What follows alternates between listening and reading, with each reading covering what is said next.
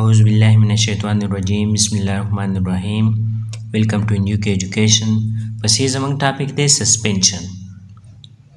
Solution مونږ ویلو او اوس زمونږ ټاپک دی suspension. A suspension is a heterogeneous mixture. With suspension چې دا زمونږ سره heterogeneous mixture دی which does not have a uniform composition او د دې uniform composition نشته دی. نو په solution او په suspension کې څه فرق دی؟ solution چې دی هغه زمونږ سره homogeneous mixture دی او هغه زمونږ سره uniform composition دی، یعنی په هغه کې یو څیز چې کوم دی هغه پوره حل هغه پکې پوره حل کیږي. او په suspension کې موږ سره یو څیز چې کوم دی solute هغه موږ سره پوره نه حل کیږي، هغه موږ ته په نیک آی باندې په نظر راځي، نو دې ته suspension ویل کیږي. of undissolved solute in a given solvent. کوم solvent چې کوم دی په هغې کې solute هغه undissolved دی، هغه پکې پوره حل نه. The particles of a solute are bigger in size. او particles چې کوم دي ذرات د solute او د منحل هغه په غټ مقدار کې and can be seen with human eye او د انسان په سترګو باندې هغه لیدل کېږي، انسان چې دغه لیدلی شي. The particles of a suspension settle down او بیا دغه particles چې کوم دي د suspension هغه لاندې ویښ کې کېني if kept undisturbed for some time. که لږ ټایم دپاره ته هغه کېږي نو د هغې ذرات چې کوم دی ویښ ته کوزېږي.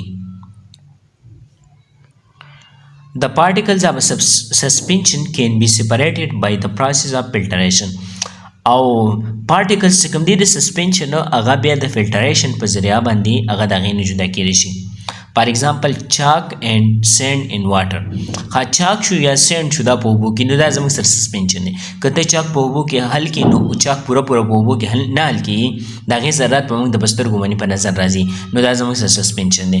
که ته شګه راوالې هغه په اوبو کې حل کړې نو شګه په اوبو کې نه حل کېږي، د هغې ذرات به موږ ته په سترګو په نظر راځي، نو لحاظه دا موږ سره suspension دی.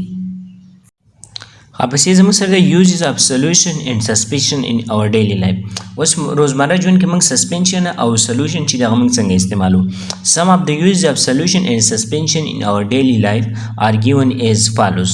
نو solution او suspension چې کوم دي کوم چې موږ روزمره ژوند کې استعمالو نو هغه دا لاندې راکړلي. Atom use in daily life. هغې کې زموږ سره اولنی دی paint. It is a suspension. نو دوی دا پینټ چې کوم دی کوم رنګ چې دی نو دا زموږ سره څه دی کوم چې موږ دیوالونو له یا مختلفو چیزونو له ورکو دا زموږ سره suspension دی. Paints are used as a protective coating to cover the metallic surface. کوم د اوسپنې چیزونه چې دي نو هغې دپاره هغې نه موږ له پاسه رنګ ورکوو نو دا protective coating چې دی له پاسه په هغې باندې یو تیغ چې دی هغه جوړوي. دوی نمبر زموږ سره دی blood. It is a suspension. نو دا زموږ سره یو suspension دی. It is an important part of our body. نو دا زموږ د جسم یو اهمه حصه د بلډ وینه.